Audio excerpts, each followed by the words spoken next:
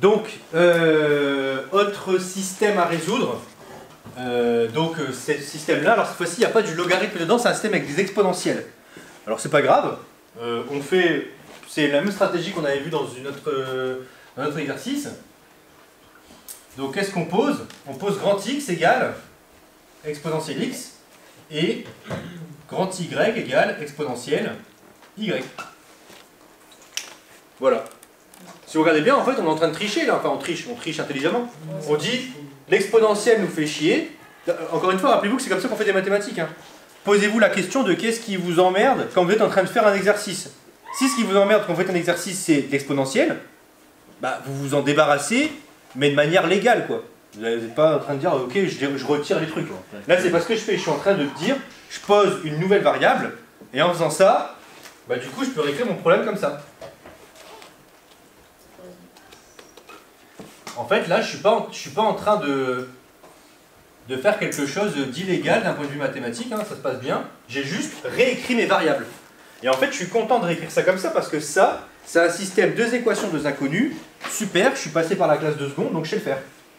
Donc, encore une fois, on peut faire soit méthode de Jeanne, soit méthode à moi.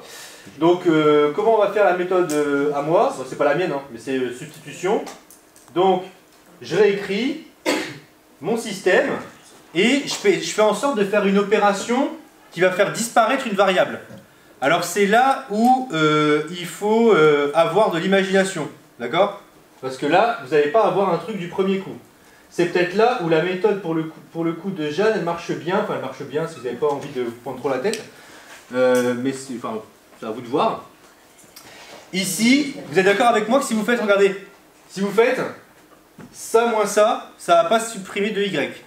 Si vous faites ça plus ça non plus, ça ne va pas non plus supprimer de x. Vous êtes d'accord avec moi que vous auriez bien aimé avoir le même nombre ici devant y, ou alors devant x. Ben, c'est pas compliqué. Qu'est-ce que vous faites? Vous prenez toute la ligne 1 et vous la multipliez par 2. Donc regardez ce que je vais faire ici. J'ai le droit de le faire, hein, ça ne change pas. Regardez. Je vais le faire juste ici avant d'aller là-bas. Je vais prendre la ligne 1 et je multiplie toute la ligne 1 par 2. Donc regardez ce que ça donne. Ça donne 3y, pardon, je mets du coup par l'eau, excusez-moi. 6x plus 2y égale 8. D'accord? J'ai le droit de multiplier tout par 2. Donc ça, rappelez-vous qu'une égalité, hein, au cas où vous auriez oublié, une égalité, c'est une balance. C'est-à-dire qu'en fait, vous avez autant de trucs d'un côté que de l'autre. Si vous multipliez tout de chaque côté les poids par 2 et les poids par 2 là, bah ça reste égal. Vous modifiez pas le... De quoi? Quoi? J'ai fait... Parce qu'il ne voyait pas les stylos. Tu voyais pas quoi? Les stylos. Ah ok. Bah, même s'il y avait que ça, je pense que tu es capable de comprendre que si je te dis qu'il y a la même chose, il y a la même chose. Donc ici vous avez la même chose là et là. Donc si je multiplie par 2 ici et par 2 là, ok j'alourdis, mais ça reste égal. Donc c'est ce que je fais là. C'est égal, je multiplie de chaque côté par 2. Je change effectivement la valeur de l'égalité de chaque côté, mais ça reste égal. Ok? Donc ici le 1 et le 2, je ne vais pas le mettre ici, je vais plutôt le mettre là, sur lui. Et maintenant, bah regardez, si vous faites 1 plus 2, regardez ce qui va se passer. Si vous faites 1 plus 2, les y vont partir. Donc ici, je vais faire 1 plus 2. Et les y vont partir. Donc 6x plus x, ça fait 7x. Et là, ça plus ça fait 0. Et 8 moins 5, ça fait 3. Donc vous allez avoir ici, c'est presque terminé. Vous avez donc x égale 3 septièmes. Et y, ça vaut quoi? Bah, vous remplacez par x, vous remplacez votre x par 3 septièmes là-dedans. Donc vous allez obtenir y égale, regardez bien, 4 moins...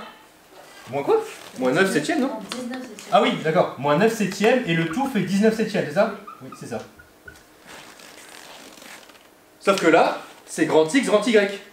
C'est pas petit x, petit y. Donc ici, vous vous rappelez que grand X, c'était exponentielle x et y exponentielle petit y. Donc ici, vous remplacez, ça donne exponentielle petit y qui vaut 19 septièmes et exponentielle x qui vaut 3 septièmes. Donc quelles sont les réponses que vous cherchez ici? Ben, vous devez passer au logarithme de chaque côté. Donc ça va vous donner ln, ça va vous donner, excusez-moi, je passe au logarithme là et là, donc ça donne y égale ln de 19 septièmes. Et là, vous avez x égale ln de 3/7. Bon, c'est clairement pas au milieu là. Et donc là, vous venez de résoudre votre solution, l'équation de... Enfin, excusez-moi. Vous venez de résoudre votre système d'équation qui est ici. Alors, je ne vais pas remplacer parce que j'ai la flemme, mais parce qu'on l'a fait dans l'autre tout à l'heure. Mais pour être sûr que vous ayez bon, vous remplacez votre x et votre y là-dedans, et ça doit vérifier. À la fin, vous devez trouver 4 et moins 5 là. Je vous rappelle que c'est pas compliqué à remplacer. Hein.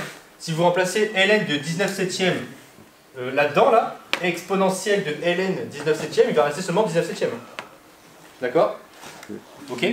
Au passage, c'est normal de trouver des solutions avec du ln à la fin. Parce que regardez, ici vous avez des exponentielles et vous voulez avoir des entiers à la fin.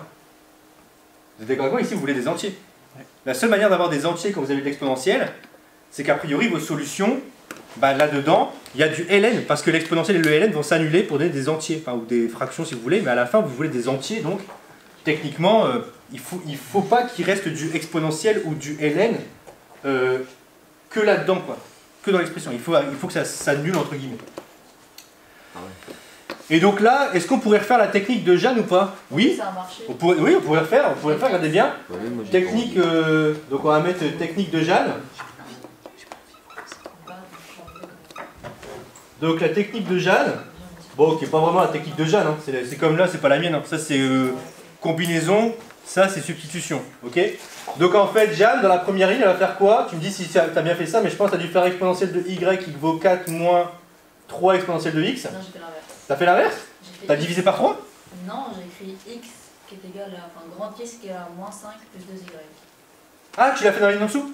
Ouais. Ah ok, bon bah, ça te dérange si je fais dans la ligne dessus? Bon. Et donc ici, tu vas donc avoir exponentielle x moins 2 fois, et tu remplaces ton exponentielle y parce que ça vaut, tu obtiens ça, égale moins 5. Et on est content parce que sur la ligne du bas, il n'y a que de l'exponentielle x. Si vous développez, ça va donner ça. En bas, vous allez obtenir exponentielle x moins 2, donc 2 fois moins 3, enfin moins 2 fois moins 3, ça fait 6. Donc là, vous allez obtenir 7 exponentielle x. Moins 2 fois 4, moins 8. Vous passez le moins 8 de l'autre côté, ça va faire du coup plus 8. Moins 5 plus 8, ça fait 3. Et là, regardez, sur quoi vous retombez? Vous retombez sur, je vais l'écrire en bas, excusez-moi. Vous retombez en bas sur exponentielle x égale 3/7. Et si vous remplacez votre exponentielle x égale 3/7 là-dedans, vous allez trouver exponentielle y égale 19/7. Et après, vous appliquez le logarithme de chaque côté et vous retrouvez exactement les solutions qui sont là. Et il y a moins de lignes de calcul. Et il y a moins de lignes de calcul, je suis d'accord avec toi. Alors attention, parce que parfois, il peut arriver que le changement de variable que vous devez faire, ça peut arriver pour certains systèmes d'équations, de deux équations à deux inconnus. Parfois, la seule méthode qui va marcher, c'est le changement de variable. Parfois, ça ne marchera pas. Par exemple, peut-être que, enfin, il y a même des, je pense que vous avez peut-être pensé, enfin, je ne sais pas si vous vous rappelez de ça. En première, vous avez peut-être fait des polynômes où c'était ça. X puissance 4 Oui. plus 3x puissance 2 plus 7 égale 0. Oui. Bah là, vous n'avez pas le choix. Pour faire un truc comme ça, il faut faire ce qu'on appelle un changement de variable. C'est ce qu'on appelle une équation bicarrée. On appelle ça une équation bicarrée. Et donc, une équation bicarrée, on doit poser petit x égale grand x carré. Si vous posez ça, regardez ce qui se passe. Vous allez donc avoir ici x carré plus 3x plus 7 égale 0. Ça, vous savez le résoudre. C'est un polynôme de second degré. Mais ce n'est pas les petits x que vous cherchez, c'est les grands x. Donc, vous devez revenir à cette équation-là. C'est exactement le même principe. C'est pour ça, en fait, que j'aime bien faire du changement de variable quand il y a ça. Parce que ça permet de s'habituer à cette notion de changement de variable. En fait, là, on réécrit juste autrement un problème. Mais je suis d'accord avec Jeanne, ça marche. Hein. Ce truc-là marche très bien aussi. Ok. Youpi. Merci.